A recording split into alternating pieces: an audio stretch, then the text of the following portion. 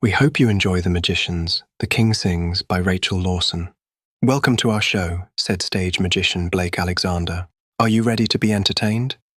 You aren't. You need to prune your face, shouted a voice in the audience. Ha, ha. It's called a beard, boy. You can grow one too if you like, said the unamused Blake. Lance, stop playing with your dad. You're a big boy. He can play with you later, roared the other man on stage. Lance laughed unamused and said, Yeah, right, Gramps. Can we do our job? Asked Blake.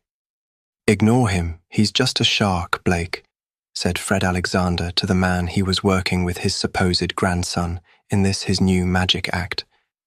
Blake was Fred's grandson, but by an odd quirk of fate and time, he was also Fred's younger self. How, you ask? They were near immortal, ageless time travelers. Well, one at different points of life. The show eventually finished, and the magicians sat at the bar with the heckler and a lady, the time traveller's wife, Angela or Anna. Fred sat drinking a glass of wine, his third. He was slightly drunk, just the smell of alcohol made him tipsy, so 3 glasses of wine made him less than in control.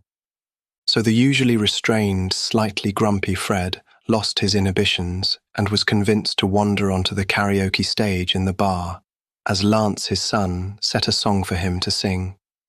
Then the drunk man sang along with the karaoke machine as it played Call Me When You're Sober. The son laughed his head off at the sight of his father, blind drunk, singing a song of sobriety. Blake and the wife didn't dare stop him from singing. He was a dangerous drunk, and they knew it. Who is that guy? Asked another performer from the night, who'd seen him perform as a magician earlier, but not recognized Fred, walking up to Lance. He's the king, said Lance as Fred sang, oblivious to the conversation. The king? Of what? Singers? Asked the man.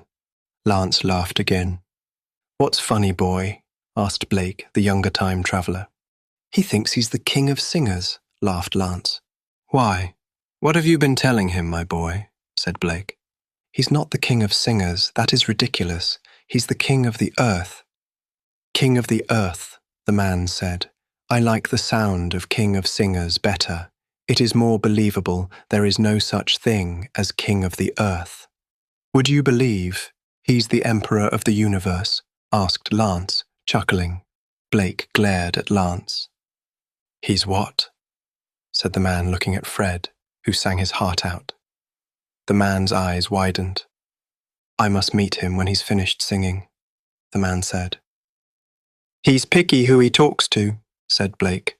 Fred finished singing, and there was a loud applause and cheer. Fred bowed, then walked up to Blake and Lance. How was I? Fred asked. Call me when you're sober, said Lance seriously. You were perfect for a man singing it, said Blake.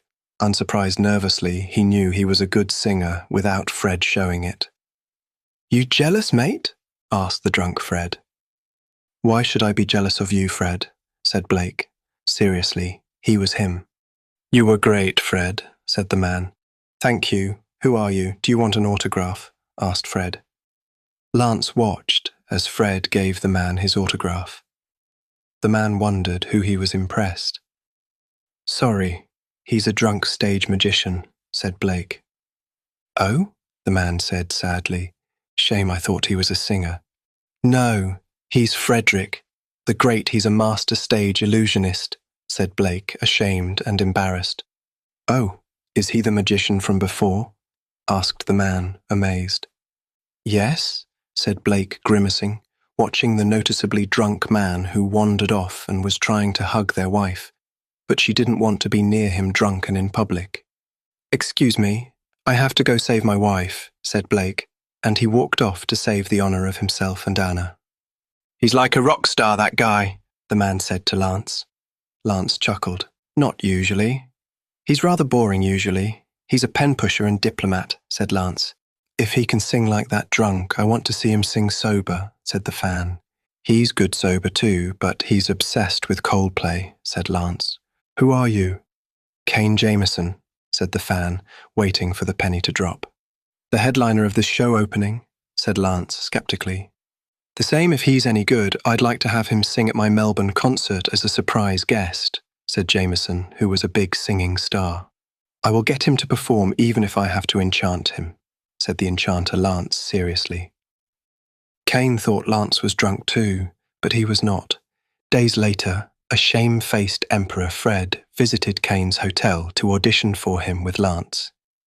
Hello, Fred and Lance, said Jameson. Hello, Mr. Jameson. Sorry about before I feel like a big fool for the way I was behaving, said Fred. It's all right, said Jameson, smiling. Do you have a song to sing? Yes, said Fred. I bought a song I wrote. Jameson looked at the music notes. It had song lyrics on it too. Wow, it's really good, said Jameson, sitting at a piano he started to play, and Fred started to sing. He had the voice of an angel. Lance was trying hard not to be impressed. How was it? Asked Fred when he'd finished singing. You killed it, said Lance. You were unearthly, said Jameson. Fred smiled amused. He was actually an alien. Can you be a guest performer? Jameson asked. I work nights, but I'll have a night off to be in your show. It will be a surprise for people to see me singing, said Fred. Yes, said Jameson, smiling. As long as you sing your song, it's great. I hope you enjoy our guest's performance. I found him a few days ago. He's great, actually called Frederick the Great. You'll love him as much as I do, I am sure, said Jameson, who walked off stage. A man in a tux and a top hat walked on stage, playing with a red bicycle brand deck of cards. The penny dropped. He was a famous, popular stage magician.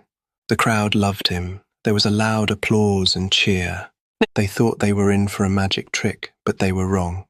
Fred put his hat on a table with a black tablecloth, dropped the cards in the hat and smiled, and spoke into a nearby microphone passionately. I love you more than life, and death won't end it, my love for you, Fred said to the perplexed audience. Then he began to sing with a tenor voice so beautiful and passion-filled that the audience was hooked and in love with him. They cheered louder. He sang louder and stronger.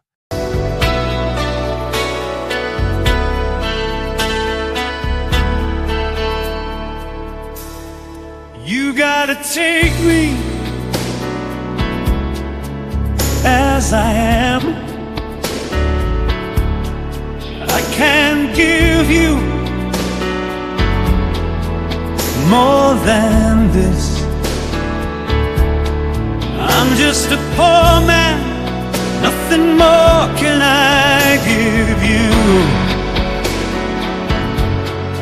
All I have to give you is my love and my name. I am not wealthy, but in love I am rich. If I have your love,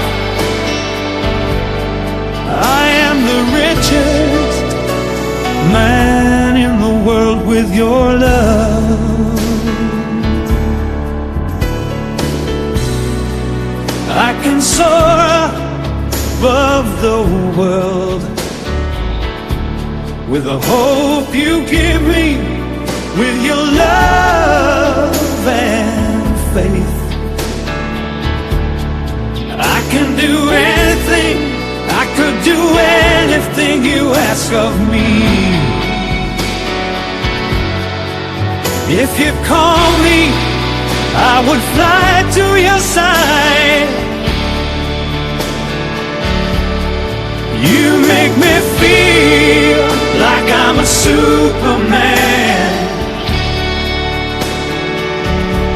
Your love makes me feel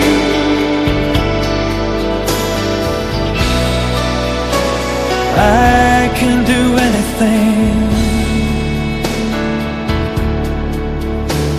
The world and death can't stop my love for you. You are an angel living in my heart.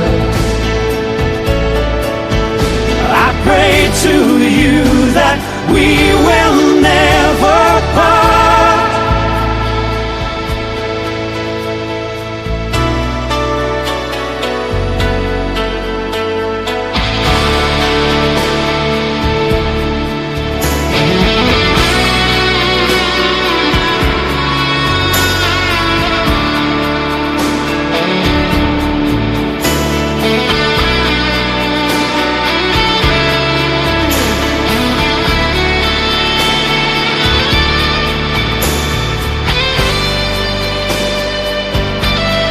he said with the voice of a man in love, looking at his wife in the audience, talking to her in the microphone softly.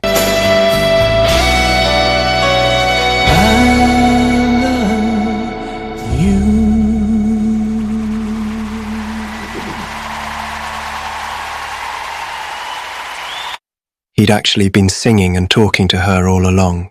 The audience roared and applauded. They had fallen in love with Fred, the king of the earth, and his voice. He gained a slew of new fans. He looked over the cheering crowds and opened his arms to them, smiled and bowed.